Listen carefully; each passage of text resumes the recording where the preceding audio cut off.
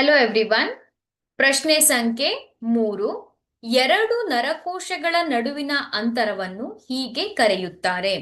Option A dendrite, option B ಸಂಸರ್ಗ, option C axon, option D impulse. ನೋಡಿ, ಎರಡು ನರಕೋಶಗಳು, ಈ ರೀತಿಯಾಗಿ ಎರಡು ನರಕೋಶಗಳಿದೆ ಅಂತ ಅನ್ಕೊಳ್ಳಿ ಅಲ್ವಾ. ಇಲ್ಲಿ ಇನ್ನೊಂದು ನರಕೋಶವಿದೆ.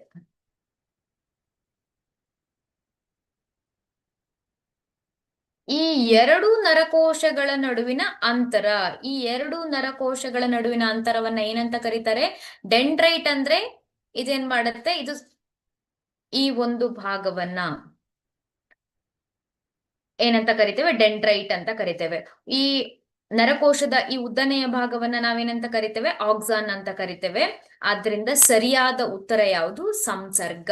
ಈ ಎರಡು ನ್ಯೂರಾನ್ಗಳ ನಡುವಿನ ಅಥವಾ ನರಕೋಶಗಳ ನಡುವಿನ ಅಂತರವನ್ನ ನಾವು ಆಪ್ಷನ್ ಬಿ ಸಂಸರ್ಗ ಎಂದು ಕರೆಯುತ್ತೇವೆ.